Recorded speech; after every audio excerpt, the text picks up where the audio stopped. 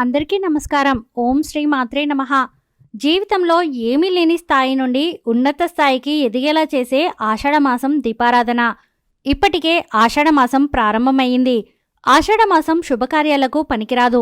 కానీ ఆషాఢంలో చేసే దేవుని పూజలకు రెట్టింపు పుణ్య ఫలితాన్ని పొందవచ్చు. ఆషాఢంలో దీపారాధన చేసేవారికి ఈ వీడియో కంటపడిందంటే మీరు అదృష్టవంతులనే చెప్పవచ్చు. మీ జీవితంలో ఏమీ లేని స్థాయి నుండి గొప్ప స్థాయికి ఎదిగేలా చేసే ఆషాఢమాస శక్తివంతమైన దీపారాధన గురించి ఇప్పుడు వివరంగా తెలుసుకుందాం. ఓం నమ శివాయ అని కామెంట్ చేయడం అస్సలు మర్చిపోకండి. అలాగే మా ఛానల్ని ఫస్ట్ టైం చూస్తున్న వారైతే సబ్స్క్రైబ్ చేసుకుని పక్కనే ఉన్నటువంటి బెల్ ఐకాన్ని క్లిక్ చేయండి. కటిక పేదరికంతో బాధపడేవారు, అనారోగ్య సమస్యలతో ఇబ్బంది పడేవారు, అప్పుల సమస్యలు, వివాహ సమస్యలు, సంతాన సమస్యలు, ఇలా ఎన్ని సమస్యలున్నా సరే ఈ వీడియోలో చెప్పే విధంగా ఈ ఆషాఢమాసంలో ఇంట్లో దీపారాధన చేసుకోండి. ఖచ్చితంగా శుభ ప్రయోజనాలను పొందుతారు. ముఖ్యంగా ఈ ఆషాఢమాసంలో ప్రతిరోజు దీపారాధన చేసుకోవాలి. ప్రతినిత్యం పూజలు చేయలేని వారు ప్రతి శుక్రవారం మరియు శనివారాల్లో తప్పకుండా ఇంట్లో దీపారాధన చేసుకోండి. ఆషాఢ శుక్రవారానికి అలాగే ఆషాఢ శనివారాలకు చాలా విశిష్టత ఉంటుంది. మన పూజ గది చాలా పవిత్రమైనది. పూజా మందిరంలో దేవతలు సంచరిస్తూ ఉంటారు. అయితే ఆషాఢమాసంలో తప్పనిసరిగా ఒక చిన్న లక్ష్మీదేవి విగ్రహాన్ని తెచ్చుకొని మీ పూజ గదిలో పెట్టుకోండి. లక్ష్మీదేవి విగ్రహానికి పాలతో అభిషేకం చేస్తే లక్ష్మీదేవి ఎంతో సంతోషించి కోరిన వరాలను ప్రసాదిస్తుంది. అయితే లక్ష్మీదేవి విగ్రహాన్ని తెచ్చుకోలేని వారు లక్ష్మీదేవి చిత్రపటాన్ని తెచ్చుకోండి. ముఖ్యంగా ఈ ఆషాఢమాసంలో శ్రీ యంత్రాన్ని తెచ్చుకొని మీ పూజ గదిలో పెట్టుకోండి. అలాగే లక్ష్మీ గవ్వలు, విష్ణు స్వరూపమైన తాబేలు విగ్రహం, శ్రీకృష్ణుడికి ఇష్టమైన నెమలికలు, వీటిలో ఏదో ఒకటి తెచ్చుకొని మీ పూజ గదిలో పెట్టుకోండి.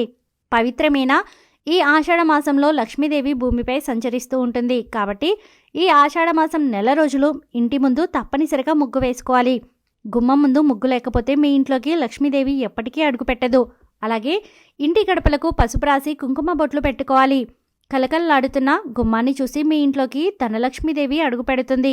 ఈ ఆషాఢమాసంలో ఇంట్లో దీపారాధన చేసేటప్పుడు పూజ గదిలో తప్పనిసరిగా అక్షింతలను పెట్టుకోవాలి. ఇంట్లో దీపారాధన చేసే ఆడవారు ఇల్లంతా శుభ్రం చేసుకుని ఇంట్లో పూజ చేసుకోవాలి.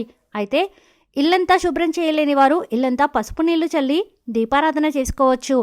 ఇక దీపారాధన చేసే ఆడవారు చక్కగా తలస్నానం చేసి కాళ్లకు పసుపు రాసుకొని కుంకుమ బొట్టు పెట్టుకుని ఇంట్లో దీపారాధన చేసుకోవాలి. ఇక ఈ ఆషాఢమాసంలో ప్రతి వారానికి ఒకసారి తప్పనిసరిగా పూజ గదిని శుభ్రం చేసుకోవాలి. గురువారం లేదా శనివారం రోజున పూజ గదిని శుభ్రం చేసి దేవుని పటాలకు కుంకుమ బొట్లు పెట్టుకోవాలి. విశేషంగా ఈ ఆషాఢంలో గులాబీ పూలతో దేవుడిని పూజిస్తే చాలా మంచిది. అయితే అప్పుల సమస్యలతో బాధపడేవారు మందార పువ్వులతో గణపతిని పూజించండి. ఇక ప్రతి ఒక్కరి పూజ గదిలో తప్పనిసరిగా ఒక రాగి చెంబును పెట్టుకోవాలి. రాగి కలశంలో త్రిమూర్తులు నివసిస్తారు. కాబట్టి ఈ ఆషాఢమాసం నెల రోజులు రాగి చెంబులో నీళ్లు పోసి మీ పూజ గదిలో పెట్టుకోండి. ప్రతిరోజు నీటిని మారుస్తూ ఉండాలి. ఇక దేవుని పూజలో నైవేద్యంగా ఒక చిన్న బెల్లం ముక్కను నివేదించినా సరే మీ పూజకు రెట్టింపు పుణ్య ఫలితం లభిస్తుంది. అదేవిధంగా దేవుని పూజలో అరటి పండ్లను నైవేద్యంగా సమర్పిస్తే సకల కోరికలు నెరవేరుతాయి. ఆపిల్ పండును నైవేద్యంగా నివేదిస్తే అధిక సంపదను పొందుతారు. అలాగే జామ పండును నైవేద్యంగా సమర్పిస్తే దీర్ఘకాలిక అనారోగ్య సమస్యలు తొలగిపోతాయి.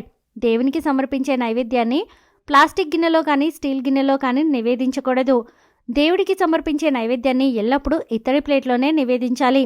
ముఖ్యంగా దేవునికి నివేదించిన నైవేద్యాన్ని తమలపాకు పైన సమర్పిస్తే ఇంకా మంచిది.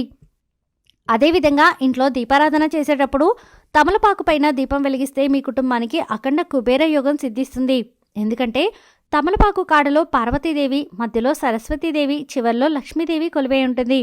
ఇక ఈ ఆషాఢంలో వచ్చే ప్రతి సోమవారం నాడు శివలింగానికి అభిషేకం చేస్తే ఆ పరమశివుని ఆశీర్వాదం త్వరగా లభిస్తుంది. ఎందుకంటే ఆషాఢమాసంలో శివలింగానికి అభిషేకం చేస్తే 6 నెలల పాటు శివపూజ చేసినంత ఫలితం దక్కుతుంది. విపరీతమైన ఆర్థిక సమస్యలు, అప్పుల సమస్యలతో ఇబ్బంది పడేవారు ఈ ఆషాఢమాసంలో ఇంట్లో దీపారాధన చేసేటప్పుడు లక్ష్మీదేవికి నమస్కారం చేసుకుని ఒక కొబ్బరికాయను పగలగొట్టండి. ఆర్థిక సమస్యలన్నీ తొలగిపోయి అష్టైశ్వర్యాలు కలుగుతాయి. ఈ ఆషాఢంలో వచ్చే ప్రతి శుక్రవారం నాడు తప్పనిసరిగా తులసిని పూజించాలి. ప్రతి ఆషాఢ శుక్రవారం రోజున తులసి కోటలో నెయ్యి దీపం వెలిగిస్తే ఇక మీ ఇల్లంతా కనకవర్షంతో నిండిపోతుంది. విశేషంగా ఈ ఆషాఢ మాసంలో వెంకటేశ్వర స్వామిని తులసి దళాలతో పూజిస్తే వెంకటేశ్వర స్వామి అనుగ్రహం వెంటనే లభిస్తుంది. అయితే ఈ ఆషాఢ మాసంలో వచ్చే ప్రతి శనివారం నాడు పూజ గదిలో పిండి దీపాలు వెలిగించి వెంకటేశ్వర స్వామిని పూజించండి. ఆషాఢ శనివారాల్లో పిండి దీపాలు వెలిగిస్తే ఆ శ్రీనివాసుడు ఎంతో సంతోషించి కోరిన కోరికలన్నీ వెంటనే ప్రసాదిస్తాడు. ఇంట్లో తులసి మొక్క లేనివారు ఈ ఆషాఢ మాసంలో తప్పనిసరిగా ఒక తులసి మొక్కను తెచ్చుకోండి. ఈ ఆషాఢ మాసంలో దేవాలయానికి వెళ్ళినప్పుడు దేవాలయంలో ఉన్న ధ్వజస్తంభం దగ్గర ఒక నెయ్యి దీపం వెలిగించి ధ్వజస్తంభానికి ప్రదక్షిణాలు చేయండి. మీ సమస్యలన్నీ వెంటనే తొలగిపోయి కోరుకున్న కోరికలు ఖచ్చితంగా నెరవేరుతాయి.